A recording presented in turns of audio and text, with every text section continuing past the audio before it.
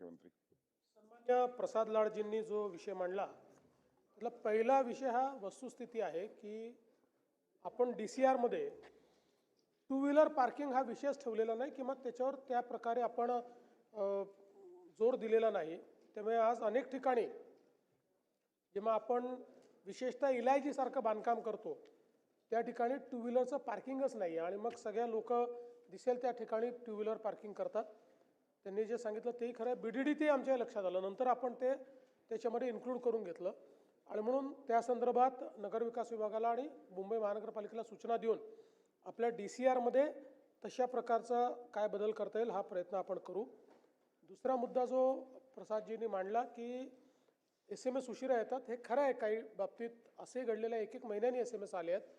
त्यामुळे जसं आता राज्यमंत्री महोदयांनी सांगितलं हे पूर्ण सगळं सिस्टीम आपण अपग्रेड करतो आहोत. ती अपग्रेड करून त्या सिस्टीममध्ये तात्काळ ते SMS गेले पाहिजे. एवढंच नाही तर आता अनेक जुन्या चालांची वसुली बाकी आहे, तर त्याच्यामुळे आहे ती खरं आहे. आणि आपल्या कायद्यातल्या काही तरतुदी अशा आहेत की ज्याच्यामुळे एका विविक्षित कालावधीवरनं ती वसुली करता येत नाही आणि आता ऑटोमॅटिक आपण चालान जनरेट करत असल्यामुळे इतक्या मोठ्या प्रमाणात चालान जनरेट होतात आणि तेवढी वसुलीची आपल्याकडे व्यवस्थाही नाही.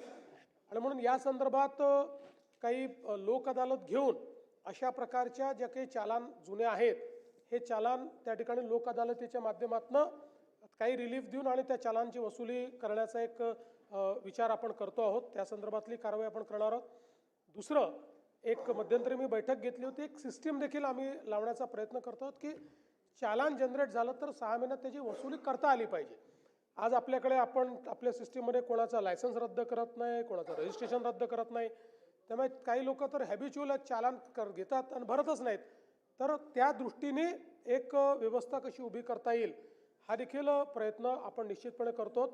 आणि तिसरा जो आपण मुद्दा सांगितला त्या संदर्भात राज्यमंत्री महोदयांनी सांगितलं, गोव्यासारख्या राज्याने हा प्रयोग चांगला केलेला आहे की त्यांनी चालान करणाऱ्या चालानाची अथॉरिटी ज्यांना आहे ट्रॅफिक पोलीस, त्यांनी बॉडी कॅमेरा असेल तरच चालान करता येईल अशा पद्धतीचं त्यांनी आता त्या ठिकाणी नियम केलेला आहे. टप्प्याटप्प्यानं तोच आपल्याला महाराष्ट्रात आणायचा आहे.